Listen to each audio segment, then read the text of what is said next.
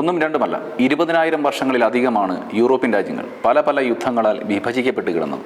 അന്ന് കടന്നുപോയ ഓരോ നൂറ്റാണ്ടും ഇങ്ങനെയുള്ള രക്തരൂക്ഷിതമായ യുദ്ധങ്ങളിൽ ഒഴുകിയ രക്തത്താൽ അടയാളപ്പെടുത്തിയിരുന്നത് ചരിത്രങ്ങളാണ്. ചിലപ്പോഴൊക്കെ ഇതിന് കാരണമായത് മതമാണെങ്കിൽ മറ്റു ചിലപ്പോഴൊക്കെ രാഷ്ട്രീയമായിരുന്നു. ഈ യുദ്ധങ്ങളും യുദ്ധ കാരണങ്ങളും യൂറോപ്പിൽ മാത്രം ഒതുങ്ങി നിന്നില്ല. അതൊക്കെ ഒടുവിൽ ലോകത്തിൻ്റെ മറ്റു ഭാഗങ്ങളിലേക്കും ഭീകരമായി വ്യാപിച്ചു. ഇങ്ങനെയുള്ള ഭീകരമായ അവസ്ഥയുണ്ടാകാൻ കാരണമറിയാൻ ഏതെങ്കിലും ഒരു യുദ്ധത്തെപ്പറ്റി അറിഞ്ഞാൽ മാത്രം മതിയാകില്ല. എങ്കിലും യൂറോപ്യന്മാർ എന്നും ഓർക്കുന്ന ഒരു യുദ്ധമുണ്ട്. ഒരു പക്ഷേ ഒരു മഹാസാമ്രാജ്യത്തിലുള്ളവർ ഒരിക്കലും ഓർക്കാൻ ഇഷ്ടപ്പെടാത്ത ഒരു യുദ്ധമാണത്.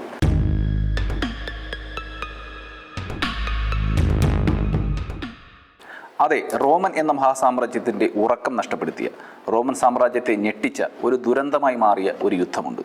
വേരിയൻ യുദ്ധം എന്നാണ് അവർ അതിന് ഞെട്ടലോടെ അല്ലെങ്കിൽ വേദനയോടെ വിളിച്ചിരുന്നത്. റോമൻ സാമ്രാജ്യത്തെ വീഴ്ത്തിയ യൂറോപ്പിൻ്റെയും ജർമ്മനിയുടെയും തലവര തന്നെ മാറ്റിമറിച്ച വേരിയൻ യുദ്ധഭൂമിയിലേക്ക് നമുക്ക് കടന്നു ചെല്ലാം. I am Balu പടിപ്പുരയിൽ. Welcome to അൺഹിയർഡ് stories.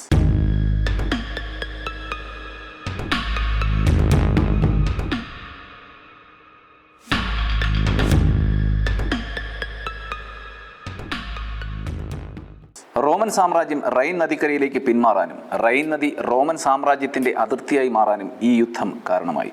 മാത്രമല്ല, ഇതോടെ യൂറോപ്പിൻ്റെ ഏതാണ്ട് മധ്യഭാഗത്ത് റോമൻ, ജർമ്മനിക് എന്നീ വിഭാഗങ്ങൾക്കിടയിൽ ശത്രുതയും വിള്ളലും ശക്തമാകുന്നു. ഈ വിള്ളൽ ഇന്നും യൂറോപ്പിൽ പരിഹരിക്കപ്പെടാതെ തന്നെ നിലനിൽക്കുന്നുമുണ്ട്. ഇന്നും നിലനിൽക്കുന്ന ഈ വിള്ളലിൻ്റെ കാരണം തേടി അല്ലെങ്കിൽ വേരിയൻ യുദ്ധത്തിൻ്റെ കാരണം തേടി നമ്മൾ പിന്നോട്ട് സഞ്ചരിച്ചാൽ AD 15 ജർമ്മനിയിലെ ട്യൂട്ടോബർഗ് എന്ന വനത്തിലാകും ചെന്നെത്തുക. ജർമ്മനിയുടെ ജനറലായിരുന്ന ജർമ്മനിക്കസിൻ്റെ നേതൃത്വത്തിലുള്ള ഒരു സംഘം ട്യൂട്ടോബർഗ് വനത്തിൽ വളരെ ഭീകരമായ ഒരു യുദ്ധത്തിൻ്റെ അവശേഷിപ്പുകൾ കണ്ടെത്തുന്നു. കിലോമീറ്ററുകൾ നീണ്ടുകിടക്കുന്ന ഒരു കശാപ്പ് ഭൂമി പോലെ മനുഷ്യ ശരീരങ്ങൾ കൊല ചെയ്യപ്പെട്ട നിലയിൽ ഏകദേശം 20,000-ലധികം വരുന്ന സൈനികരുടെ മൃതദേഹങ്ങളാണ് അവിടെ കണ്ടത്. മനുഷ്യന്റെ വെളുത്ത അസ്ഥികൾ അങ്ങിങ്ങായി കിലോമീറ്ററുകൾ ചിതറിക്കിടക്കുന്നുണ്ട്. AD 9 റോമൻ സാമ്രാജ്യത്തിന്റെ ചരിത്രത്തിലെ ഏറ്റവും വലിയ തിരിച്ചടിയാണ് കിലോമീറ്ററുകൾ ചിതറിക്കിടക്കുന്ന ഈ ശവപ്പറമ്പിൽ നടന്നിരിക്കുന്നത്. ഇരുമ്പ് യുഗത്തിൽ റോമൻ സാമ്രാജ്യത്തിന്റെ കടന്നുകയറ്റം ചെറുത്ത ഒരു കൂട്ടം ജർമ്മൻ പോരാളികൾ റോമിന്റെ തന്നെ മികച്ച 3 സേനാ വിഭാഗങ്ങളെ ക്രൂരമായി ഇല്ലാതാക്കുകയായിരുന്നു. റോമൻ സൈന്യത്തിന്റെ കമാൻഡറായിരുന്ന വാരസ് എന്ന ശക്തനായ സേനാ നേതാവിന്റെ ശിരച്ഛേദം ചെയ്യപ്പെട്ടു. അദ്ദേഹത്തിന്റെ ഛേദിക്കപ്പെട്ട ശിരസ് കുന്തത്തിൽ തറച്ച് തറയിൽ കുത്തി നിർത്തിയ നിലയിലായിരുന്നു കാണപ്പെട്ടത്. ഒരു റോമൻസും ഇതൊക്കെ സാധ്യമാണെന്ന് മനസ്സിൽ പോലും അന്ന് കരുതിയിരുന്നില്ല. അത്രയ്ക്ക് ശക്തമായിരുന്നു അന്ന് റോമൻ സാമ്രാജ്യം. പക്ഷേ അത് സംഭവിച്ചു കഴിഞ്ഞിരിക്കുന്നു. അതിനുള്ള തെളിവുകളാണ് ജർമ്മനിയിലെ ട്യൂട്ടോബർഗ് എന്ന വനത്തിൽ കണ്ടെത്തിയത്. വനത്തിനുള്ളിലെ തന്നെ തുറസായ ഇടങ്ങളിലും മറ്റും റോമൻ സൈനികരുടെ വെളുത്ത അസ്ഥികൾ ചിതറിക്കിടക്കുന്ന നിലയിലാണ് കാണപ്പെട്ടത്. മാത്രമല്ല, അവിടെ നിന്ന് ഓടി രക്ഷപ്പെടാൻ ശ്രമിച്ചവരുടെ ശവശരീരങ്ങൾ നാനാ ദിക്കുകളിലായി കൂട്ടിയിട്ട നിലയിൽ കണ്ടെടുത്തു. കുന്തങ്ങളുടെയും മറ്റ് ആയുധങ്ങളുടെയും അവശിഷ്ടങ്ങളും കൊല ചെയ്യപ്പെട്ട കുതിരകളുടെ അസ്ഥികളും വരെ അവിടെ ഉണ്ടായിരുന്നു. ചിതറിക്കിടക്കുന്ന മനുഷ്യ ശരീരം കൂടാതെ മരക്കൊമ്പുകളിലും മറ്റും റോമൻ സൈനികരുടെ തലയോട്ടികൾ കൊരുത്തു വെച്ചിരുന്നു. ഈ വനത്തിന്റെ തന്നെ അതിർത്തി പ്രദേശങ്ങളിലെ ജർമ്മൻ ഗ്രാമങ്ങളിൽ, കൃഷിത്തോട്ടങ്ങളിൽ റോമൻ സൈന്യത്തിന്റെ മുതിർന്ന സൈനിക കമാൻഡർമാരെ കൂട്ടക്കൊല ചെയ്ത ബലിപീഠങ്ങളും കണ്ടെടുത്തു. നിരന്തരമായ ആക്രമണ ഭീഷണിയിൽ നിലനിന്നിരുന്ന ട്യൂട്ടോബർഗ് വനത്തിൽ ജർമ്മനിക്കസ് തങ്ങളുടെ സൈനികരുടെ അവശിഷ്ടങ്ങൾ അടക്കം ചെയ്തിരുന്നു. മനുഷ്യരുടെയും മൃഗങ്ങളുടെയും അവശിഷ്ടങ്ങൾ തമ്മിൽ വേർതിരിച്ച് മനസ്സിലാക്കാൻ പറ്റാത്തതിനാൽ അവയൊക്കെ ഒന്നിച്ച് കുഴിച്ചു മൂടുകയാണ് ചെയ്തത്. റോമൻ സൈന്യത്തിനേറ്റ ഈ നാണക്കേടിന്റെ ഓരോ അടയാളവും മണ്ണിൽ കുഴിച്ചു മൂടാൻ തന്നെ അവർ തീരുമാനിച്ചു. അങ്ങനെ ഈ ദുരന്തം കടന്ന് 6 വർഷത്തിന് ശേഷം റോമൻ സൈന്യം 3 തവണയായി ഈ മരിച്ചവരുടെ അസ്ഥികൾ ആദരപൂർവ്വം അടക്കം ചെയ്യാനായി അവിടെ എത്തി. അവിടെ കുഴിച്ചിട്ടിരുന്ന നിലയിൽ കണ്ടെത്തിയ ഓരോ അവശിഷ്ടവും റോമൻ സൈനികരുടേതോ ശത്രുവിൻ്റേതോ എന്ന് തിരിച്ചറിയാൻ പോലും പറ്റാത്ത അവസ്ഥയിലായിരുന്നു. എങ്കിലും അതിൽ ഓരോ അവശിഷ്ടവും അവർ അവരുടെ സൈനികരുടേതായി കണക്കാക്കി തന്നെ നൽകേണ്ട എല്ലാ ആദരവും നൽകിയാണ് അടക്കം ചെയ്തത്. ഓരോ സൈനികന്റെയും അവശിഷ്ടം കണ്ടെത്തുമ്പോഴും റോമൻ സൈനികരുടെ കണ്ണിൽ ക്രോധവും വിഷമവും കലർന്ന ഭാവമായിരുന്നു. റോമൻ സാമ്രാജ്യത്തിന്റെ ഇരുണ്ട കാലമായി ഈ ചരിത്രം കുറിക്കപ്പെട്ടു. ഈ സൈനികരുടെ ശരീരങ്ങൾ മറവ് ചെയ്തതിനു ശേഷം 2000 വർഷത്തോളം ട്യൂട്ടോബർഗ് വനം ഈ ദുരന്തം മൂടിവെച്ചു. ഒരു യുദ്ധമെന്ന നിലയിൽ യൂറോപ്യൻ ചരിത്രത്തിൽ വേരിയൻ പോരാട്ടം ഒരു ദുരന്തമായി തന്നെ രൂപപ്പെട്ടു. യൂറോപ്പ് എന്ന ഭൂഖണ്ഡത്തെ രൂപപ്പെടുത്തുന്നതിലും ആധുനിക ജർമ്മനിയെ രൂപപ്പെടുത്തുന്നതിലും റോമൻ സാമ്രാജ്യത്തിന്റെ മുന്നേറ്റം തടയുന്നതിലും തുടങ്ങി റോമൻ ചരിത്രത്തിലെ ഏറ്റവും വലിയ ചക്രവർത്തിയായ അഗസ്റ്റസിനെ മുട്ടുകുത്തിക്കുന്നതിനും ഈ ദുരന്തം കാരണമായി മാറി. വേരിയൻ ദുരന്ത വാർത്ത ഈ റോമിൽ എത്തപ്പെട്ടപ്പോൾ നഗരത്തിൽ ഒരു വലിയ കലാപം പൊട്ടിപ്പുറപ്പെടാനുള്ള സാധ്യത മനസ്സിലാക്കി അത് തടയാനുള്ള നടപടികൾ സ്വീകരിക്കാൻ ചക്രവർത്തിയായ അഗസ്റ്റസ് ഉത്തരവിടുന്നു. വരൂസ്, എനിക്ക് എന്റെ സൈന്യങ്ങളെ തിരികെ തരൂ എന്ന് പറഞ്ഞ് അദ്ദേഹം പലപ്പോഴും വാതിലിൽ തലയടിച്ച് പുലമ്പിക്കൊണ്ടിരുന്നു. മാത്രമല്ല എല്ലാ വർഷവും ഈ ദുരന്തം നടന്ന ദിവസം അഗാധമായ വിലാപ ദിനമായി ആചരിക്കാനും തുടങ്ങി. ഈ ദുരന്തം നടക്കുന്നതിന് 3 വർഷം മുൻപ് ക്വിൻറ്റിലിയസ് വാരസ് ജർമ്മനിയിലേക്ക് ഗവർണർ പദവി നേടി പോയപ്പോൾ അഗസ്റ്റസ് ചിന്തിച്ചത് അദ്ദേഹത്തിന്റെ ഭരണം മറ്റുള്ളവരുടേതിനേക്കാൾ മഹത്വമുള്ളതും റോമൻ സാമ്രാജ്യത്തെ ഉന്നതിയിലെത്തിക്കുന്നതുമാകും എന്നതായിരുന്നു. അക്കാലത്ത് സമൃദ്ധിയോടെ അദ്ദേഹം സ്പെയിനിന്റെ ഭൂരിഭാഗവും അടക്കി ഭരിച്ചിരുന്നു. റോമൻ സാമ്രാജ്യത്തിനായുള്ള ഈ മുന്നേറ്റങ്ങൾ റോമൻ ചരിത്രത്തിലെ ഏതൊരു ചക്രവർത്തിയെക്കാളും അദ്ദേഹത്തെ മുന്നിലാക്കി കഴിഞ്ഞിരുന്നു. പക്ഷേ ജർമ്മൻ പ്രദേശങ്ങൾ കീഴടക്കാൻ കഴിയാതെ വന്നത് ഒരു വലിയ കുറവായി റോമൻ സാമ്രാജ്യം കരുതിയിരുന്നു. റൈൻ നദിക്ക് അപ്പുറമുള്ള ജർമ്മൻ പ്രദേശം ഒരുപാട് കാരണങ്ങളാൽ റോമൻ സാമ്രാജ്യത്തിന്റെ കണ്ണിലെ കരടായി മാറാൻ തുടങ്ങിക്കഴിഞ്ഞിരുന്നു. അവിടേക്ക് കടക്കണമെങ്കിൽ അവർക്ക് പ്രധാനമായി മറികടക്കേണ്ടത് 2 മഴക്കാടുകളാണ്. രണ്ടും പ്രകൃതിദത്തമായ പല കാരണങ്ങളാലും അപകടകാരികളുമാണ്. കാർത്തേജിലേതുപോലെയോ ടോളമിക് ഈജിപ്റ്റ് പോലെയുള്ള പഴയ സാമ്രാജ്യങ്ങൾ പോലെ പല രാജ്യങ്ങളെയും ആക്രമിച്ച് കീഴടക്കുന്നതിലൂടെയും അവരുടെ സ്വത്തുക്കൾ കൊള്ളയടിക്കുന്നതിലൂടെയുമാണ് റോം മെഡിറ്ററേനിയനിൽ വികസിച്ചു വന്നിരുന്നത്. പിന്നീട് വരുമാനത്തിനായി പിടിച്ചടക്കിയ പ്രദേശങ്ങളിൽ നികുതി ഏർപ്പെടുത്താൻ ആരംഭിച്ചു. പരിമിതമായ ജനസംഖ്യയുള്ള പ്രവിശ്യകളിൽ ജനങ്ങളും സൈനികരും അച്ചടക്കത്തോടെ റോമൻ ഗവൺമെന്റിന്റെ കൺട്രോളിൽ തന്നെയായിരുന്നു. താൽക്കാലികമായ പ്രവിശ്യകളായിരുന്നു ഇവയിൽ പലതും. എന്നിരുന്നാലും റോമൻ സാമ്രാജ്യം വികസിച്ചു വന്നപ്പോൾ പ്രവിശ്യകൾ നിയന്ത്രണ വിധേയമാക്കാൻ കൂടുതൽ പ്രയാസം നേരിട്ടു. ജനങ്ങൾ അനിയന്ത്രിതമായി മാറുകയും നിയമങ്ങൾ പാലിക്കാത്ത അവസ്ഥ ഉണ്ടാവുകയും ചെയ്തു. ഇതോടെ സൈനിക പ്രതിരോധം കൂടുതൽ ദൃഢമാക്കേണ്ടി വന്നു. ജനസംഖ്യ കൂടുതലായതോടെ രാജ്യത്തിന്റെ വിസ്തൃതിയും കൂട്ടേണ്ട ആവശ്യം കൂടി വന്നു. റെയിൻ നദി കടന്നുപോയി അവിടെയുള്ള പ്രദേശങ്ങൾ കീഴടക്കാൻ അവർ ശ്രമങ്ങൾ തുടങ്ങി. അങ്ങനെ 20 വർഷങ്ങൾ കൊണ്ട് റോമിലെ പര്യവേഷണ സൈന്യം റൈൻ നദി മുറിച്ചു കടന്ന് ജർമ്മൻ ഗോത്രങ്ങളുമായി ഇടപഴകാൻ ആരംഭിച്ചു കഴിഞ്ഞിരുന്നു. ഈ ഗോത്രങ്ങളിലെ ചിലരെ അനുനയിപ്പിച്ച് കൂടെ നിർത്തിയപ്പോൾ അതിന് തയ്യാറാകാത്തവരെ ഭയപ്പെടുത്തി കൂടെ നിർത്തി. അതിനും തയ്യാറാകാത്തവരെ അവർ കൊല്ലുകയും ചെയ്തു. ഈ ജർമ്മനി ഗോത്രങ്ങളെ തമ്മിലടിപ്പിച്ച് പിളർത്തുക എന്നതായിരുന്നു ആദ്യകാലങ്ങളിൽ റോമൻ നയം. പിന്നീടുള്ള വർഷങ്ങളിൽ റോമിന്റെ കടന്നുകയറ്റത്തെ ചെറുത്തു നിന്നിരുന്ന ചില ജർമ്മനി ഗോത്രങ്ങൾക്കെതിരെ പോരാടുന്നതിന് വേണ്ടി അവിടെ തന്നെയുള്ള ചില ജർമ്മൻ ഗോത്രങ്ങളുമായി കരാറുകൾ വരെ അവർ ഉണ്ടാക്കി. അതിനുവേണ്ടി ഗോത്രങ്ങളെ ധനപരമായും മറ്റും സഹായം നൽകി റോമൻ അധികാരികൾ തങ്ങളുടെ ചൊൽപ്പടിക്ക് നിർത്തുകയും ചെയ്തു. ചില ജർമ്മൻ യുദ്ധപ്രഭുക്കൾക്ക് വലിയ രീതിയിൽ സ്വർണവും മറ്റും കൈക്കൂലിയായി നൽകി കൂടെ നിർത്തിയപ്പോൾ മറ്റു ചില പ്രഭുക്കന്മാരെ ഭയപ്പെടുത്തിയും നിർബന്ധിച്ചും കൂടെ നിർത്തി.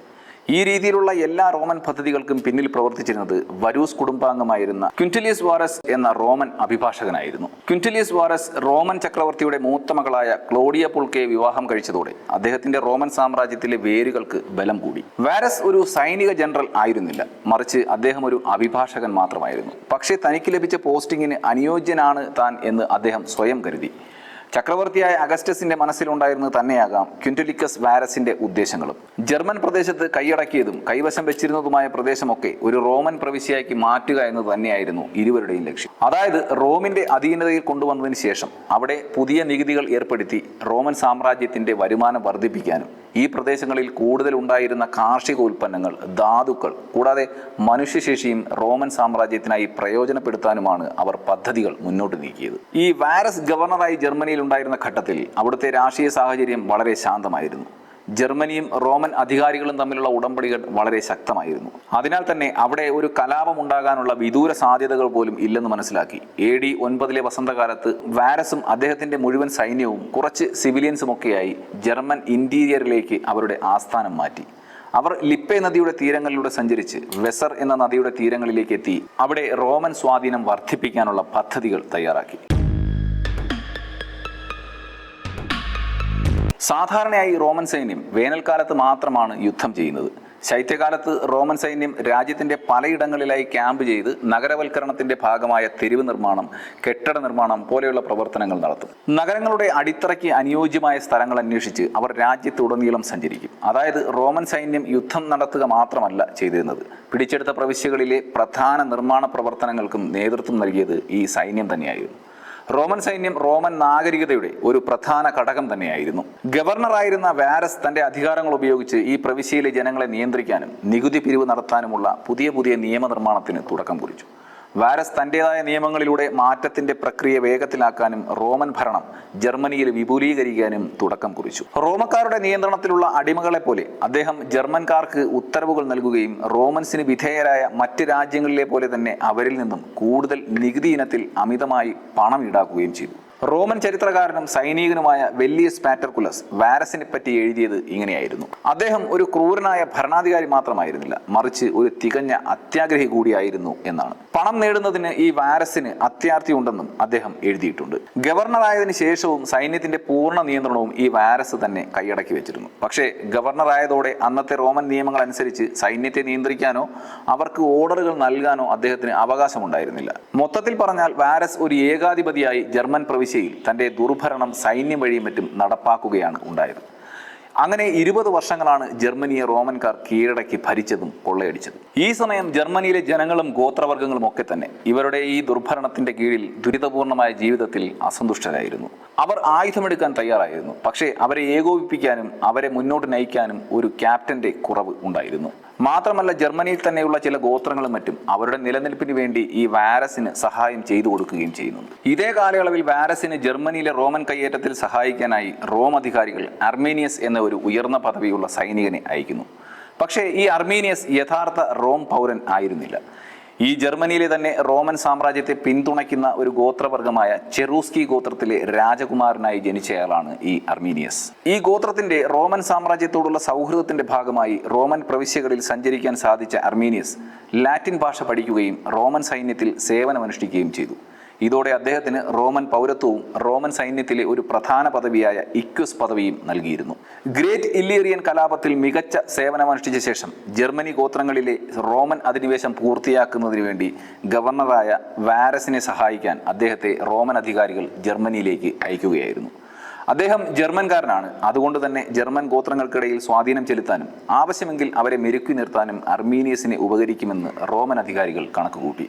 AD 1-ാം നൂറ്റാണ്ടിൽ റോമൻ പ്രവിശ്യയിൽ തന്നെ നടന്ന ഒരു സൈനിക സംഘടനമായിരുന്നു ഗ്രേറ്റ് ഇല്ലീറിയൻ കലാപം എന്ന് അറിയപ്പെടുന്നത്. റോമൻ സൈന്യത്തിന്റെ കമാൻഡിന് കീഴിലുള്ള സൈന്യവുമായി യുദ്ധങ്ങളിൽ ഏർപ്പെട്ടിരുന്നത് കൊണ്ട് തന്നെ യുദ്ധത്തിലെ റോമൻ തന്ത്രങ്ങളും നീക്കങ്ങളുമൊക്കെ മുന്നേ തന്നെ പഠിക്കാൻ അർമീനിയസിന് കഴിഞ്ഞു. കൂടാതെ റോമൻ സൈന്യത്തിന്റെ പോരായ്മകളും ആഴത്തിൽ മനസ്സിലാക്കാൻ അദ്ദേഹത്തിന് സാധിച്ചിരുന്നു.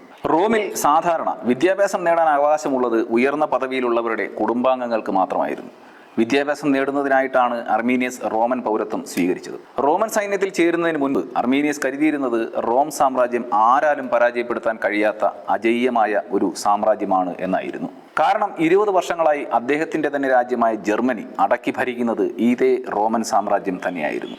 അതുകൊണ്ട് അവർ അജയ്യരാണെന്ന് അദ്ദേഹം കരുതി. പക്ഷേ റോമൻ സൈന്യത്തിൽ ചേർന്നതിന് ശേഷം ബാൽക്കണിലെ അദ്ദേഹത്തിന്റെ സേവനത്തിനിടയിൽ ധീരന്മാരായ ജർമ്മൻ പ്രദേശവാസികൾ അവരുടെ സ്വാതന്ത്ര്യത്തിനായി നിലകൊള്ളുന്നതും റോമൻ സൈന്യത്തിനെതിരെ പോരാടുന്നതും മിക്കവാറും ഈ പോരാട്ടത്തിൽ അവർ വിജയിക്കുന്നതും അദ്ദേഹം കണ്ടു.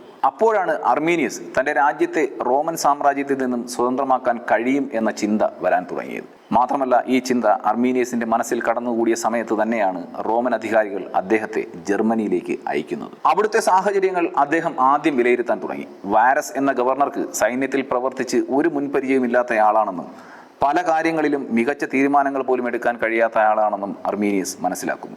ആകെ ഈ വാരസിന് അറിയാവുന്നത് അവിടുത്തെ ജനങ്ങളെ എങ്ങനെ ദ്രോഹിക്കാം, അവരെ എങ്ങനെ കൊള്ളയടിക്കാം എന്നത് മാത്രമായിരുന്നു. ഈ അവസരം മുതലാക്കി അർമീനിയസ് തന്റെ രാജ്യമായ ജർമ്മനിയിൽ നിന്നും റോമൻ സൈന്യത്തെ തുരത്താനുള്ള പ്ലാനുകൾ രഹസ്യമായി തയ്യാറാക്കി. വേനൽക്കാലത്തെ പ്രവർത്തനങ്ങൾ അവസാനിപ്പിച്ച് വാരസിന്റെ നേതൃത്വത്തിലുള്ള സംഘം തങ്ങളുടെ ബേസ് ക്യാമ്പിലേക്ക് യാത്ര തിരിക്കുന്ന സമയം വന്നെത്തി. റോമൻ സൈന്യത്തിന്റെ 3 ബറ്റാലിയനുകൾ, അതായത് ഏതാണ്ട് 20,000-ത്തിലധികം വരുന്ന സൈനികർ അതിലുണ്ടായിരുന്നു. ഇതുകൂടാതെ സൈനികരുടെ ഭാര്യമാരും മക്കളും പിന്നെ സഹായികളും സാധനങ്ങൾ ചുമക്കാൻ വന്നവരുമൊക്കെയായി ഒരു വലിയ സംഘമാണ് യാത്രയ്ക്കായി തയ്യാറെടുക്കുന്നത്. ഈ മടക്കയാത്ര വളരെ മന്ദഗതിയും ബുദ്ധിമുട്ടേറിയതുമായ യാത്ര തന്നെയായിരുന്നു. പോകേണ്ട വഴികളിൽ മറികടക്കേണ്ടത് ഘോരമായ വനപ്രദേശങ്ങളും അനേകം ചതുപ്പ് നിലങ്ങളും ഒക്കെയായിരുന്നു. യാത്രക്കിടയിൽ വഴിതെറ്റിയാൽ ആശയവിനിമയം പോലും നടത്താൻ ഏതാണ്ട് അസാധ്യമായ ഒരു ഭൂപ്രദേശമായിരുന്നു അത്. ജർമ്മൻ ഗോത്രങ്ങൾ പരസ്പരം മത്സരിച്ചും തമ്മിൽ ശത്രുതയിലും ചിതറിക്കിടക്കുകയായിരുന്നു. എങ്കിലും ഈ യാത്ര തുടങ്ങുന്നതിന് മുൻപ് തന്നെ അവരെ പരസ്പരം ഒന്നിപ്പിക്കാനും ജർമ്മൻ പ്രദേശത്തു നിന്നും റോമാക്കാരെ തുരത്തേണ്ട ആവശ്യകതയെപ്പറ്റി അവരെ പറഞ്ഞ് മനസ്സിലാക്കിപ്പിക്കാനും അവരെ ഒത്തുനിർത്താനും അർമീനിയസ് ശ്രമം തുടങ്ങി. വളരെ പതുക്കെയാണെങ്കിലും തന്റെ ആശയങ്ങളും പ്ലാനുകളും ഈ ഗോത്രവർഗത്തിലുള്ളവരിൽ എത്തിക്കാൻ അദ്ദേഹത്തിന് സാധിച്ചു. റോമൻ സൈന്യത്തെ എത്രയും പെട്ടെന്ന് ജർമ്മൻ പ്രദേശത്ത് നിന്ന് തുരത്തുമെന്ന് അവർക്ക് അർമീനിയസ് ഉറപ്പു നൽകുകയും ചെയ്തു. തുടർന്ന് അദ്ദേഹം റോമൻ സൈന്യത്തെ നേരിടാനുള്ള പദ്ധതികളും അവരെ ആക്രമിക്കാൻ പറ്റിയ സ്ഥലവുമൊക്കെ നിശ്ചയിക്കുകയും ചെയ്തു. പിന്നീട് തന്റെ പ്ലാൻ നടപ്പാക്കുന്നതിനായി കൂടുതൽ ജർമ്മൻ ഗോത്രവർഗങ്ങളെ കൂടെ കൂട്ടാനായി ശ്രമങ്ങൾ നടത്തുന്നതിന് റോമൻ ഗ്രൂപ്പിന്റെ യാത്ര വൈകിപ്പിക്കാൻ അദ്ദേഹം ശ്രമിക്കുകയും അതിൽ വിജയം കാണുകയും ചെയ്തു. രഹസ്യമായി ജർമ്മൻ ഗോത്രങ്ങളിലെ പോരാളികളെ അദ്ദേഹം ഒന്നിച്ചു ചേർത്ത് ഒരു സൈന്യം തന്നെ രൂപീകരിച്ചു. മാത്രമല്ല, റോമൻ സൈന്യത്തെ നേരിടാൻ താൻ കണ്ടുവച്ച സ്ഥലത്തേക്ക്, അതായത് ട്യൂട്ടോബർഗ് എന്ന ഘോര വനത്തിലേക്ക് അവരെ എത്തിക്കാനായി വടക്കു പടിഞ്ഞാറൻ ഭാഗത്ത് ഗോത്രവർഗ്ഗങ്ങളുടെ പ്രക്ഷോഭവും അവർ തമ്മിലുള്ള യുദ്ധവും നടക്കുന്നുവെന്ന് വാരസിനെയും സംഘത്തെയും അർമീനിയസ് വിശ്വസിപ്പിച്ചു. വാരസ് അർമീനിയസിന്റെ ഈ പ്ലാനിൽ വീഴുക തന്നെ ചെയ്തു. വാരസ് അർമീനിയസ് ആഗ്രഹിച്ച റൂട്ട് തന്നെയാണ് യാത്രയ്ക്കായി തിരഞ്ഞെടുത്തത്. അതായത് റോമാക്കാർ ഇപ്പോൾ യാത്ര നടത്താൻ തിരഞ്ഞെടുത്തിരിക്കുന്നത് ഘോരമായ വനപ്രദേശത്തുകൂടെയാണ്. അർമീനിയസ് നേരത്തെ കൂട്ടി പ്ലാൻ ചെയ്ത ഈ വനപ്രദേശം യാത്ര ചെയ്യാൻ വളരെ കടുപ്പമേറിയ ഒരു ഭാഗമായിരുന്നു. ഒരു തരത്തിലും റോമൻ സൈന്യത്തിന് അനുകൂലമല്ലാത്ത സാഹചര്യത്തിൽ കൂടെയാണ് യാത്ര നടത്താൻ തീരുമാനിച്ചത്. ഈ തീരുമാനത്തിലേക്ക് വാരസിനെയും സംഘത്തെയും അർമീനിയസ് തന്റെ ബുദ്ധി കൊണ്ട് കൊണ്ടെത്തിച്ചു എന്ന് വേണം പറയേണ്ടത്. പിടിക്കപ്പെട്ടാൽ റോമൻ സൈന്യം തന്റെ തലയെടുക്കാൻ ഒരു നിമിഷം പോലും വൈകിപ്പിക്കില്ല എന്ന് അർമീനിയസിന് നന്നായി തന്നെ അറിയാം. പക്ഷേ തന്റെ രാജ്യത്തിന് വേണ്ടി എന്തെങ്കിലും ചെയ്യാനുള്ള ഒരു സമയമാണിതെന്ന് അദ്ദേഹത്തിന് നന്നായി അറിയാമായിരുന്നു. ഇത്രയും അപകടം നിറഞ്ഞ കാഠിന്യമേറിയ വഴിയിലൂടെ വരൂസ് മുഴുവൻ സംഘാംഗങ്ങളെയും ഒന്നിച്ച് ഒരേ ദിശയിലൂടെ കൊണ്ടുപോകാൻ തീരുമാനമെടുത്തത് എന്തുകൊണ്ടാണെന്ന് ഇന്നും വ്യക്തതയില്ലാത്ത കാര്യം തന്നെയാണ്. സാധാരണ ഇങ്ങനെയുള്ള യാത്രകളിൽ റോമൻ സൈന്യം 2-3 ഗ്രൂപ്പുകളായി തിരിഞ്ഞ് യാത്ര ചെയ്യുകയാണ് പതിവ്. പക്ഷേ ഈ യാത്രയിൽ അവർ ഒരുമിച്ച് ഒരേ വഴിക്ക് നീങ്ങാൻ തന്നെയാണ് തീരുമാനിച്ചത്. ഒരുപക്ഷെ വാരസിന്റെ സൈനികമായ പരിചയസമ്പന്നത ഇല്ലായ്മയോ അല്ലെങ്കിൽ ഇതിന് പിന്നിലും അർമീനിയസിന്റെ ബുദ്ധി ആയിരിക്കാനോ സാധ്യതയുണ്ട്. വനപ്രദേശത്തൂടെയുള്ള യാത്ര വളരെ കാഠിന്യമേറിയ തന്നെയായിരുന്നു. കാട് വെട്ടിത്തെളിച്ച് മുന്നോട്ട് പോകുന്ന മുന്നിലുള്ള സംഘം കടന്നുപോയി കഴിഞ്ഞ് സംഘത്തിലെ അവസാനത്തെയാൾ കടന്നു പോകാൻ ഒരു പകൽ മുഴുവനും എടുക്കും. അതായത് മുന്നിലെ ആളിൽ നിന്നും പിന്നിലെ ആൾ വരേക്കുള്ള ദൂരം 12 മണിക്കൂറുകളായിരുന്നു. കിലോമീറ്ററുകളോളം നീണ്ടു കിടക്കുകയായിരുന്നു ഈ സംഘം. ഈ ഗ്രൂപ്പിന്റെ യാത്ര വനപ്രദേശത്തേക്ക് കടന്നപ്പോൾ തന്നെ അർമീനിയസിന്റെ പ്ലാൻ അനുസരിച്ച് അദ്ദേഹം ഒന്നിച്ചു കൂട്ടിയ ഗോത്രവർഗ്ഗങ്ങളിലെ പോരാളികളെ വെച്ചുകൊണ്ട് പതുക്കെ പതുക്കെ ആക്രമണം ആരംഭിച്ചു. ഇടുങ്ങിയ വഴികളിലും ചതുപ്പ് നിലങ്ങളിലുമൊക്കെ വെച്ച് അവർ ഒളിപ്പോരാട്ടത്തിലൂടെ ഓരോരുത്തരെയായി വധിക്കാൻ തുടങ്ങി. ആക്രമണത്തിന്റെ ആദ്യഘട്ടം എന്ന വണ്ണം നീണ്ടുകിടക്കുന്ന ഒരു വലിയ പാമ്പിനെ പോലെ മുന്നോട്ട് നീങ്ങുന്ന റോമൻ ഗ്രൂപ്പിനെ പലയിടങ്ങളിലും വേർപെടുത്താൻ അവർക്ക് സാധിച്ചു. ഇങ്ങനെ വേർപെടുത്തിയ ചെറിയ ചെറിയ സംഘങ്ങൾ വനത്തിൽ കൂടുതൽ ആഴങ്ങളിലേക്ക് ചെന്നെത്തപ്പെട്ടു. അവരൊക്കെ ജർമ്മൻ പോരാളികളുടെ വാളുകൾക്ക് ഇരയാവുകയും ചെയ്തു. 2 പകലുകളും 2 രാത്രികളും കടന്നുപോയി. അപ്പോഴും അർമീനിയസിന്റെ പദ്ധതികളോ കെണിയോ മനസ്സിലാക്കാതെ സംഘം യാത്ര തുടർന്നു. കിലോമീറ്ററുകൾ നീണ്ടുകിടക്കുന്ന ഈ സംഘത്തിൽ ചിലരൊക്കെ തങ്ങളുടെ കൂടെയുള്ളവരെ നഷ്ടമാകുന്നത് മനസ്സിലാക്കാൻ തുടങ്ങി. പക്ഷേ മുന്നിൽ പോകുന്ന സൈനിക കമാൻഡറോ മറ്റധികാരികളോ ഇതൊന്നും തന്നെ അറിഞ്ഞില്ല. മാത്രമല്ല, പിന്നിലുണ്ടായിരുന്ന ചില കമാൻഡർമാരെ അവർക്ക് നഷ്ടമായി കഴിയുകയും ചെയ്തു. എന്താണ് സംഭവിക്കുന്നത് എന്ന് അവർക്ക് മനസ്സിലാക്കാൻ സാധിച്ചില്ല. അർമീനിയസിന്റെ പ്ലാനുകൾ പ്രകാരം കൊടുങ്കാടുകളിൽ പതിയിരുന്ന് ജർമ്മൻ പോരാളികൾ വളരെ വിദഗ്ധമായി ഒറ്റപ്പെടുന്ന റോമൻ സൈനികരെയും ചെറു ഗ്രൂപ്പുകളെയും ആക്രമിച്ച് കൊലപ്പെടുത്തിക്കൊണ്ടേയിരുന്നു. വളരെ പതുക്കെയുള്ള ഈ ആക്രമണം വളരെ വൈകിയാണെങ്കിലും റോമൻ സൈന്യത്തിൽ ചിലർക്കൊക്കെ മനസ്സിലായി തുടങ്ങി. അപ്പോഴേക്കും അർമീനിയസിന്റെ നിർദ്ദേശപ്രകാരം ജർമ്മൻ ഗോത്ര പോരാളികൾ നേരെ വാരസ് ഉണ്ടായിരുന്ന ഗ്രൂപ്പിലേക്ക് ആക്രമണം അഴിച്ചുവിട്ടു. ഇത്രയും നാൾ തന്റെ പ്രജകളായി വാരസ് അടക്കി ഭരിച്ചിരുന്നവർ ഇപ്പോൾ അദ്ദേഹത്തിന് മുന്നിൽ ശത്രുക്കളായി ആയുധമേന്തി ചെന്നു. ഇതുവരെ അടിമകളെ പോലെ കൈകാര്യം ചെയ്തിരുന്ന ജർമ്മൻ ഗോത്രവർഗ്ഗക്കാർ അവരെ നിഷ്കരുണം ആക്രമിച്ചപ്പോൾ റോമൻ സൈനികരിൽ ഭൂരിഭാഗവും പകച്ചുപോയി. മനോവീര്യം നഷ്ടപ്പെട്ട റോമൻ സൈനികർ പല ദിക്കിലായി ചിതറി ഓടാൻ തുടങ്ങി. പക്ഷേ അവർ ഓടിച്ചെന്നതും വനത്തിൽ ഒളിച്ചിരുന്ന മരണക്കൂട്ടിലേക്ക് തന്നെയായിരുന്നു. ഒരു കടന്നൽ കൂട്ടം പോലെ ജർമ്മൻകാർ അവരെ ആക്രമിച്ചു. ജീവനുള്ളവർ മുന്നോട്ട് ഓടാൻ തുടങ്ങി. ഇതിനിടയിൽ കാലാവസ്ഥയും വളരെ വഷളായി. ശക്തമായ മഴയും ഇടിമിന്നലും ഉണ്ടായി. ഇതൊക്കെ റോമൻകാർ ഒരു ദുശകുനമായി കണ്ട് പകച്ചു നിന്നു. ഇതിനിടയിൽ മുന്നിലുള്ളവരിൽ നിന്നും പിന്നിൽ ഉള്ളവരിലേക്ക് ഒരു വാർത്ത ചെന്നെത്തി. അത് വാരസ് കൊല്ലപ്പെട്ടു എന്ന വാർത്തയായിരുന്നു. ഇതോടെ എല്ലാ മുതിർന്ന ഉദ്യോഗസ്ഥരും തങ്ങൾ ഈ വനത്തിൽ അദൃശ്യരായിരിക്കുന്ന ശത്രുക്കളാൽ ജീവനോടെ പിടിക്കപ്പെടുകയോ കൊലപ്പെടുകയോ ചെയ്യുമെന്ന് ഭയക്കാൻ തുടങ്ങി. ഇതോടെ പരിഭ്രാന്തരായ സൈനികരും മറ്റുള്ളവരും ചിതറി ഓടി. പക്ഷേ അവരും മരണത്തിലേക്ക് തന്നെയാണ് ചെന്നെത്തിയത്. ഈ റോമൻ സൈനികരെ മാത്രമല്ല, അവരുടെ സഹായത്തിന് കൂടെ ഉണ്ടായിരുന്ന ഉദ്യോഗസ്ഥരെയും കൂടാതെ സൈനികരുടെ ഭാര്യമാരെയും കുട്ടികളെയും വരെ അവർ ജീവനോടെ വിട്ടില്ല. അർമീനിയസിന്റെ പ്ലാൻ എന്തായിരുന്നു? അതെല്ലാം അണുവിട വ്യത്യാസമില്ലാതെ ജർമ്മൻ പോരാളികൾ നടപ്പിലാക്കി. അതിനായി അർമീനിയസ് തിരഞ്ഞെടുത്ത വനപ്രദേശം ജർമ്മൻ ഗോത്ര പോരാളികൾക്ക് വളരെ അനുകൂലവും റോമൻ സൈനികർക്ക് അപരിചിതവുമായിരുന്നു. പരിഭ്രാന്തരായ റോമൻ സൈനികർക്ക് യുദ്ധം ചെയ്യുന്നത് പോയിട്ട് എങ്ങോട്ട് ഓടി രക്ഷപ്പെടണം എന്ന് പോലും തിരിച്ചറിയാൻ കഴിഞ്ഞില്ല. ട്യൂട്ടോബർഗ് എന്ന വനത്തിനുള്ളിൽ വെച്ച് നടന്ന ഈ നരനായാട്ടിൽ കൊല ചെയ്യപ്പെട്ടത് മഹാസാമ്രാജ്യമായ റോമിന്റെ 10-1 സൈനികരായിരുന്നു. അന്നത്തെ ലോക മഹാശക്തിയായ റോം ഒരു യുദ്ധപരിചയവുമില്ലാത്ത ജർമ്മൻ ഗോത്ര പടയാളികൾക്കും അർമീനിയസിന്റെ കുതന്ത്രങ്ങൾക്കും മുന്നിൽ മുട്ടുമടക്കി. അർമീനിയസിന്റെ പദ്ധതികൾ ഓരോന്നായി വിജയകരമായി തന്നെ മുന്നോട്ട് പോയി. അവരെ ഇല്ലാതാക്കുക എന്നത് മാത്രമായിരുന്നില്ല അദ്ദേഹത്തിന്റെ പ്ലാനിൽ ഉണ്ടായിരുന്നത്. കൊല ചെയ്യപ്പെട്ട റോമൻ സൈനികരെയും ഉദ്യോഗസ്ഥരുടെയും അവരുടെ കൂടെ ഉണ്ടായിരുന്ന കുടുംബാംഗങ്ങളുടെയും ഒക്കെ മൃതദേഹങ്ങൾ തെളിവിന് പോലും ബാക്കി വെക്കാതെ കുഴിച്ചുമൂടി. മനുഷ്യരുടെ മൃതദേഹങ്ങൾ മാത്രമല്ല, അവരുടെ കൂടെ ഉണ്ടായിരുന്ന കുതിരകളെയും കഴുതകളെയും വരെ അവർ കൊന്ന് കുഴിച്ചുമൂടി. സൈനികരെ കുഴിച്ചുമൂടുന്നതിന് മുൻപ് അവരുടെ ശരീരത്തിൽ നിന്നും റോമൻ വസ്ത്രങ്ങൾ ഊരിയെടുത്ത് കത്തിച്ചു കളഞ്ഞു. ജീവനോടെ ഉണ്ടായിരുന്ന സൈനികരെ മൃഗീയമായി പീഡിപ്പിച്ച് തന്നെയാണ് കൊലപ്പെടുത്തിയത്. എത്രയൊക്കെ മൂടിവെക്കാൻ ശ്രമിച്ചുവെങ്കിലും റോമിൽ ഈ വാർത്ത ചെന്നെത്തി. പക്ഷേ ഇത് നടന്നത് എവിടെ, എങ്ങനെ എന്നതിന് ഒരു തിട്ടവും അവർക്കുണ്ടായിരുന്നില്ല.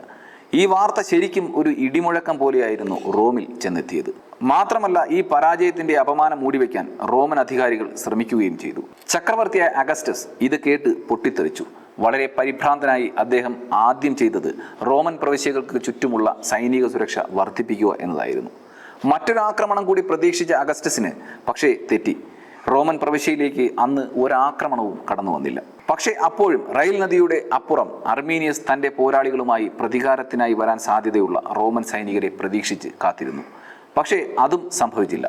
പിന്നീട് വളരെ കാലത്തിന് ശേഷം ഈ ആക്രമണം നടന്ന ട്യൂട്ടോബർഗ് വനപ്രദേശത്ത് റോമൻ സൈന്യം വന്നെത്തി. കൊലപ്പെട്ട സൈനികരെ കൂട്ടമായി കുഴിച്ചുമൂടിയ കുഴിമാടങ്ങളാണ് അവർക്ക് കാണാനായത്.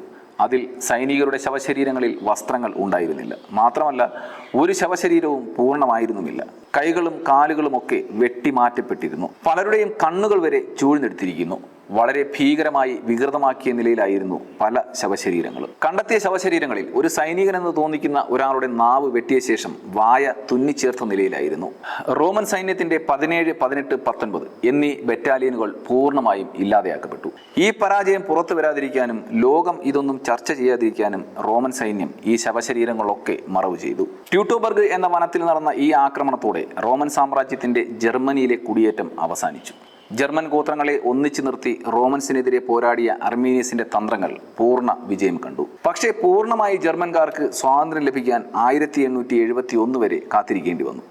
സ്വതന്ത്ര ജർമ്മനിയുടെ വീരനായകനായി, ദേശീയതയുടെ ഒരു വ്യക്തിയായി അർമീനിയസ് അപ്പോഴേക്കും മാറിക്കഴിഞ്ഞിരുന്നു. 19ാം നൂറ്റാണ്ടിൽ അദ്ദേഹത്തിന്റെ ഒരു പ്രതിമയും ജർമ്മനിയിലെ ട്യൂട്ടോബർഗ് വനത്തിന് പരിസരത്തായി തന്നെ നിർമ്മിച്ചു. ജർമ്മനിയുടെ വിമോചനത്തെക്കുറിച്ചുള്ള ചർച്ചകളിൽ ഇന്നും വളരെ പ്രധാനപ്പെട്ടതും എല്ലായ്പ്പോഴും പരാമർശിക്കപ്പെടുന്നതുമായ സംഭവമായി ട്യൂട്ടോബർഗ് വനത്തിലെ ഈ യുദ്ധക്കളം മാറി.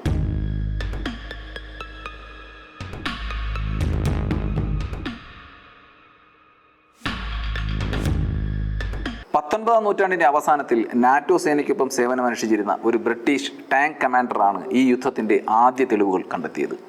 ജർമ്മനിയിലെ അന്നത്തെ വിദ്യാർത്ഥികളും വിരമിച്ച സൈനിക ഉദ്യോഗസ്ഥരുമൊക്കെ ഈ തെളിവുകൾക്ക് വേണ്ടി ട്യൂട്ടോബർഗ് വനപ്രദേശത്തിൽ തിരച്ചിൽ നടത്തി. അപ്പോഴാണ് ബ്രിട്ടീഷ് ടാങ്ക് കമാൻഡറായ ഓസ്നോ ബ്രൂക്ക് ആദ്യത്തെ വേരിയൻ ദുരന്തത്തിന്റെ തെളിവുകൾ കണ്ടെത്തിയത്. മേജർ ടോണി ക്ലൂൺ എന്ന പുരാവസ്തു ഗവേഷകൻ ഈ സംഭവത്തെക്കുറിച്ച് കൂടുതൽ പഠനം നടത്താൻ തീരുമാനിച്ചു.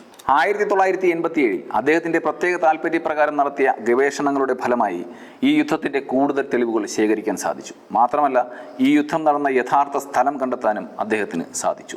അദ്ദേഹത്തിന് അന്ന് ലഭിച്ച പ്രധാന തെളിവുകൾ റോമൻ വെള്ളി നാണയങ്ങളുടെ കണ്ടെത്തലായിരുന്നു. ഈ യുദ്ധം നടന്ന ഇടങ്ങളിൽ നിന്നും 80 റോമൻ വെള്ളി നാണയങ്ങളാണ് അദ്ദേഹത്തിന് ലഭിച്ചത്. ഈ നാണയങ്ങൾ കൊണ്ടുള്ള പഠനത്തിൽ 19ാം നൂറ്റാണ്ടിലെ പ്രമുഖ ചരിത്രകാരനായ തിയോഡോർ മോംസന്റെ സിദ്ധാന്തത്തിനനുസൃതമായി ഈ നാണയങ്ങൾ റോമൻ സാമ്രാജ്യത്തിലെ ചക്രവർത്തിയായിരുന്ന അഗസ്റ്റസിന്റെ കാലത്തിലുള്ളതാണെന്ന് ഉറപ്പിച്ചു. ഈ നാണയങ്ങൾ കണ്ടെത്തുന്നതിന് 100 വർഷം മുൻപ് ഇതേ പ്രദേശത്ത് നടത്തിയ സമാനമായ പഠനത്തിൽ മോംസൺ ഈ സംഭവത്തിന് സമാനമായ കണ്ടെത്തൽ നടത്തിയിരുന്നു. ജർമ്മൻ ഗോത്രങ്ങളെ കൊള്ളയടിച്ച വാരസ് ഈ യാത്രയിൽ വൻതോതിൽ സ്വർണവും വെള്ളിയും നാണയങ്ങൾ കൈവശം വെച്ചിരിക്കണമെന്ന് മോംസൺ തന്റെ പഠനത്തിൽ പ്രസ്താവിച്ചിരുന്നു. ആ വാദം ശരിയാണെന്ന് തെളിയിക്കുന്ന കണ്ടുപിടുത്തമായിരുന്നു 1987 കിട്ടിയ റോമൻ വെള്ളി നാണയങ്ങൾ. 2000 വർഷങ്ങൾക്ക് മുൻപുണ്ടായിരുന്ന ഇടതൂർന്ന ഘോര വനപ്രദേശത്തിന് കാലക്രമേണ വളരെയധികം രൂപമാറ്റം സംഭവിച്ചിരുന്നു. വനപ്രദേശമായ കൽക്രീസ് എന്ന സ്ഥലത്തെ ഒരു അഭേദ്യമായ ചതുപ്പ് നിലത്തിൽ നിന്നും ഒരു വ്യത്യസ്തമായ റോമൻ ചെമ്പ് നാണയം ലഭിച്ചു.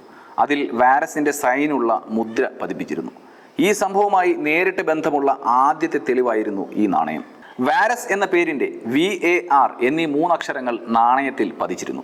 ഇത് റെയിൻ അല്ലെങ്കിൽ ലിപ്പെ നദിയിൽ നിന്നും വളരെ ദൂരെയുള്ള കൽക്രീസിൽ വരൂസിന്റെയും അദ്ദേഹത്തിന്റെ സൈന്യവും എത്തിയിരുന്നു എന്ന് വ്യക്തമായി തെളിയിക്കുന്നു. AD 6നും 7നും ശേഷമാണ് ഈ സൈന്യം അവിടെ എത്തിയത് എന്ന് ഇതിലൂടെ തെളിഞ്ഞു.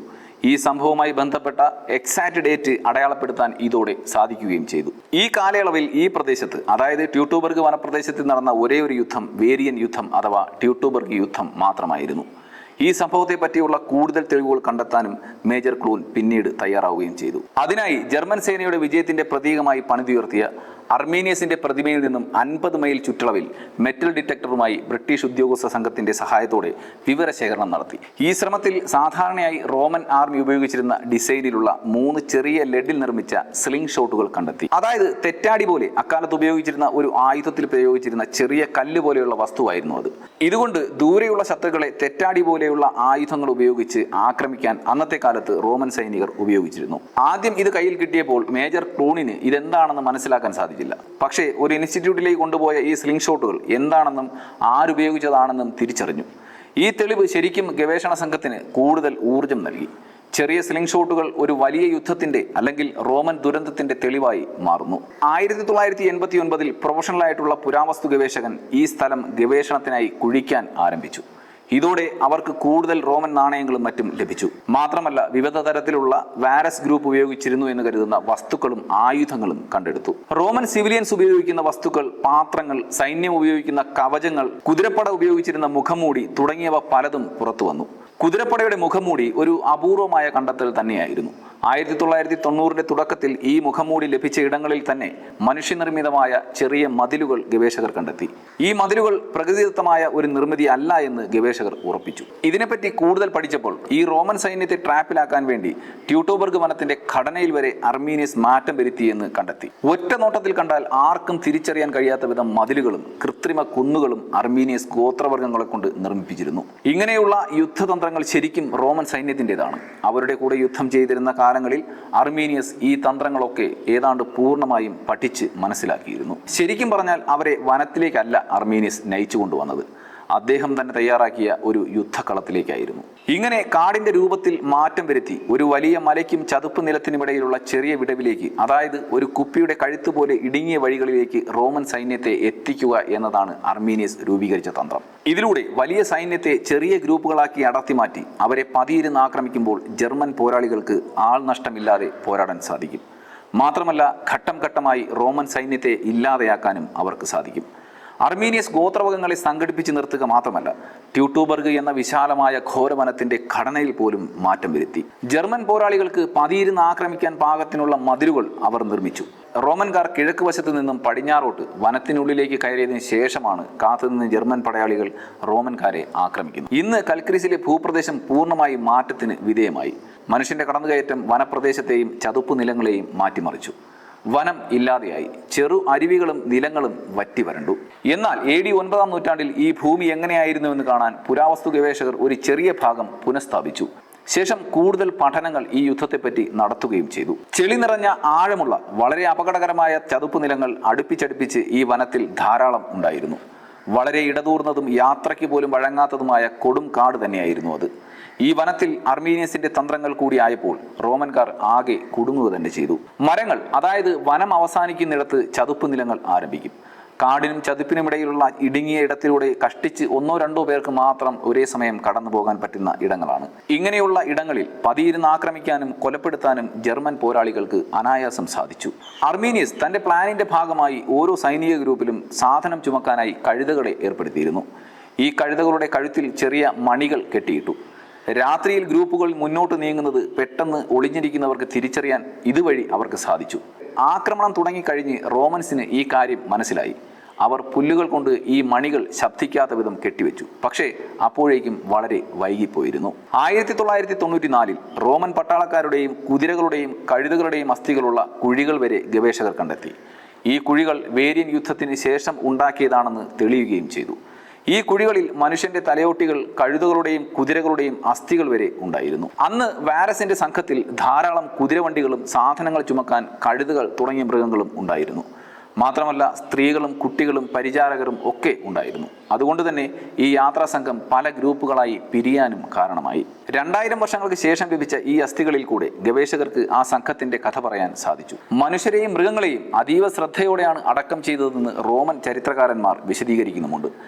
റോമൻകാർ ആദ്യം പോകാൻ ഉദ്ദേശിച്ച റൂട്ടിൽ നിന്ന് മൈലുകൾ അകലെയാണ് ഈ വനപ്രദേശമുള്ളത്. എന്നിട്ടും അർമീനിയസ് അവരെ അവിടെ കൊണ്ടെത്തിച്ചത് അദ്ദേഹത്തിന്റെ സൈനിക പ്രതിഭയുടെ വ്യക്തമായ ഉദാഹരണമാണ്. അർമീനിയസിന്റെ ഭാവനയിൽ മാത്രം ഉരുത്തിരിഞ്ഞ ഒരു പ്ലാൻ കഥ പോലെ അദ്ദേഹം നടപ്പിലാക്കി. ഏതൊരു സൈനികനും ഈ പ്ലാനും അത് നടപ്പാക്കിയ അവിശ്വസനീയമായ ബുദ്ധിയെയും ആരാധിച്ചു പോകും. ലോകമഹാശക്തിയായിരുന്ന റോമൻ സാമ്രാജ്യത്തിന്റെ സൈന്യത്തിന്റെ നല്ലൊരു ഭാഗം ഇല്ലാതെയാക്കാൻ അർമീനിയസിന് വെറും 25 വയസ്സ് മാത്രം പ്രായമുള്ളപ്പോൾ സാധിച്ചു. യൂറോപ്പിനെ തന്നെ രണ്ടായി പിളർത്തിയ, ചരിത്രത്തിന്റെ ഗതി മാറ്റിയ കാലഘട്ടം തന്നെയായിരുന്നു അത്. അതിന് പ്രധാന കാരണക്കാരൻ 25 വയസ്സ് മാത്രമുള്ള അർമീനിയസ് തന്നെയായിരുന്നു. BC 3-ാം നൂറ്റാണ്ടിൽ ഇറ്റലിയിൽ ഹാനിബാൾ ഉണ്ടായിരുന്ന കാലഘട്ടത്തിൽ പോലും ഇതുപോലെ റോമൻ സൈന്യത്തെ ആരും കീഴടക്കിയിട്ടില്ല. മറ്റൊരു ചരിത്രകാരനായ മേജർ ജനറൽ ഫുള്ളർ ഈ സംഭവത്തെപ്പറ്റി എഴുതിയത് ഇങ്ങനെയാണ്: ജർമ്മനിയിൽ 4 നൂറ്റാണ്ടുകളോളമെങ്കിലും റോമൻ സാമ്രാജ്യത്തിന്റെ ആധിപത്യം ഉണ്ടായിരുന്നെങ്കിൽ അവർ പാശ്ചാത്യ ലോകമാകെ ആധിപത്യം സ്ഥാപിക്കുമായിരുന്നു. മാത്രമല്ല, പിന്നീടുണ്ടായ ഫ്രാൻസ് ജർമ്മൻ ഇഷ്യൂ ഉണ്ടാകുമായിരുന്നില്ല. മാത്രമല്ല, Charlie main, Louis 14-ാമൻ, Napoleon, Kaiser Wilhelm, Hitler എന്നിവരൊന്നും European ചരിത്രത്തിൽ ഉണ്ടാകുമായിരുന്നില്ല. അങ്ങനെ നോക്കുമ്പോൾ യൂറോപ്പിന്റെ ചരിത്രത്തിൽ, അതിന്റെ രൂപപ്പെടലിലൊക്കെ അർമീനിയസിന്റെ സ്വാധീനം വളരെ വലുതാണ്. റോമും ജർമ്മനിക് ട്രൈബുകളും തമ്മിലുള്ള ബന്ധം തകർക്കാൻ അദ്ദേഹത്തിനുണ്ടായിരുന്ന ആഗ്രഹം പോലെ തന്നെ അത് നടപ്പിലാക്കാനും അദ്ദേഹത്തിന് സാധിച്ചു. പക്ഷേ അർമീനിയസിന്റെ ഈ വിജയം ശരിക്കും ജർമ്മൻ ജനതയുടെ വിജയമായിരുന്നു.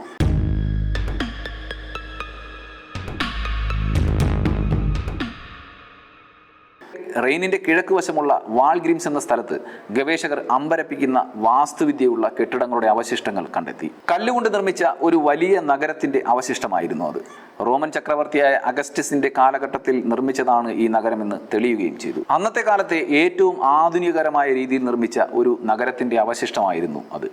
ജർമ്മൻകാരും റോമൻകാരും 10 വർഷം ഒരുമിച്ച് ജീവിക്കുകയും ഒന്നിച്ച് പടുത്തുയർത്തുകയും ചെയ്ത റെയിനിന്റെ കിഴക്കുള്ള ഒരു വലിയ നഗരം തന്നെയായിരുന്നു അത്. പിന്നെ പൊടുന്നനെ AD 9-ാം നൂറ്റാണ്ടിൽ ഈ നഗരത്തിന്റെ നിർമ്മാണം അവസാനിച്ചു. ഈ നഗരത്തിന്റെ മാത്രമല്ല, റെയിൻ വാലിയിൽ ആരംഭിച്ച എല്ലാ നിർമ്മാണങ്ങളും അവസാനിച്ചു. ലാൻ താഴ്വരയിൽ, അതായത് വാൾഗ്രിംസിൽ റോമൻ നഗരവൽക്കരണം നേരത്തെ തന്നെ നടന്നിരുന്നു എന്നാണ് ഈ നഗരത്തിന്റെ അവശിഷ്ടങ്ങളിൽ നിന്നും പുറത്തു വരുന്നത്. പക്ഷേ എല്ലാ നിർമ്മാണ പ്രവർത്തനങ്ങളും നിർത്തി റോമൻകാർ ഉടൻ തന്നെ പിൻവാങ്ങി. അവിടെ നിന്നും പോകുന്നതിന് മുൻപ് റോമൻകാർ ആ നഗരം കത്തിച്ചു കളയുകയും ചെയ്തു. അങ്ങനെ വാൾഗ്രിംസിൽ രൂപപ്പെട്ടു വന്ന അന്നത്തെ നഗരവൽക്കരണം അവസാനിച്ചു. ഇതുപോലെ വളരെ പരിഷ്കൃതമായ രീതിയിൽ ജർമ്മനിയിൽ 1-ലധികം സ്ഥലങ്ങളിൽ റോമൻ സൈന്യം നഗരവൽക്കരണം കൊണ്ടുവരാൻ തുടക്കം കുറിച്ചിരുന്നു. ഈ കണ്ടെത്തൽ ചരിത്ര പുസ്തകങ്ങളെ അക്ഷരാർത്ഥത്തിൽ തിരുത്തി എഴുതി. ജർമ്മനിയിൽ ഒരു റോമൻ പ്രവിശ്യ സ്ഥാപിക്കാനുള്ള റോമൻ ഉദ്ദേശങ്ങൾ വളരെ ദൃഢമായിരുന്നു എന്ന് ഇത് സൂചിപ്പിക്കുന്നു. റോമൻ ശൈലിയിലുള്ള കല്ലിൽ നിർമ്മിച്ച കെട്ടിടങ്ങൾ വളരെ അപൂർവമാണ്. കാരണം റോമൻകാർ അവരുടെ പ്രധാനപ്പെട്ട നഗരങ്ങളിൽ മാത്രമാണ് ഇങ്ങനെയുള്ള നിർമ്മിതികൾ നടത്തിയിരുന്നത്. അന്നത്തെ അർമീനിയസിന്റെ നേതൃത്വത്തിലുള്ള ഈ യുദ്ധത്തോടെ റോമിന് ജർമ്മനി നഷ്ടപ്പെട്ടു എന്നത് സത്യമാണ്. അതുപോലെ തന്നെ ജർമ്മനിക്ക് റോമും നഷ്ടപ്പെട്ടിരുന്നു. ജർമ്മൻകാർ ആ യുദ്ധത്തിൽ വിജയിയായിരുന്നോ അതോ പരാജിതനായിരുന്നോ എന്നത് ഒരുപക്ഷെ പലരുടെയും അഭിപ്രായത്തിൽ പല ഉത്തരമായിരിക്കാം. എത്ര പുരോഗതി ഉണ്ടെന്ന് പറഞ്ഞാലും അവർക്ക് അന്ന് വേണ്ടിയിരുന്നത് സ്വാതന്ത്ര്യമായിരുന്നു. അവർ അത് നേടിയെടുക്കുകയും ചെയ്തു. റോമിന്റെ പിന്മാറ്റത്തോടെ ജർമ്മനിയെ ചരിത്രാതീത കാലത്തേക്കും ഗോത്രവർഗ ഭരണത്തിലേക്കും നിയമരാഹിത്യത്തിലേക്കും ക്രൂരതയിലേക്കും വലിച്ചിഴക്കപ്പെട്ടു. റോമൻ സൈന്യത്തെ ഇല്ലായ്മ ചെയ്ത യുദ്ധത്തിന് ശേഷം 10 വർഷം കൂടി ജർമ്മൻ ഗോത്രങ്ങളെ ഒരുമിച്ച് നിർത്താൻ അർമീനിയസിന് സാധിച്ചു. AD 19-ാം നൂറ്റാണ്ടിൽ ഒരു ഗോത്ര യുദ്ധത്തിലാണ് അർമീനിയസ് വധിക്കപ്പെടുന്നത്. ഏകീകൃത ജർമ്മനി സൃഷ്ടിക്കാൻ അദ്ദേഹം ശ്രമിച്ചു. പക്ഷേ അദ്ദേഹം അതിൽ പരാജയപ്പെട്ടു. പകരം വിഭജിച്ച് നിൽക്കുന്ന പരസ്പരം ശത്രുതയുള്ള യൂറോപ്പാണ് സൃഷ്ടിക്കപ്പെട്ടത്. പിന്നീടുള്ള നൂറ്റാണ്ടുകൾ യൂറോപ്യൻ രാജ്യങ്ങൾക്കിടയിൽ രക്തരൂക്ഷിതമായ യുദ്ധങ്ങൾ തുടർക്കഥയായത് ചരിത്രമാണ്. വീഡിയോ ഇഷ്ടപ്പെട്ടുവെങ്കിൽ ലൈക്ക് ചെയ്യാനും ചാനൽ സബ്സ്ക്രൈബ് ചെയ്യാനും മറക്കരുത്. അടുത്ത വീഡിയോയിൽ കാണും വരെ ഗുഡ് ബൈ.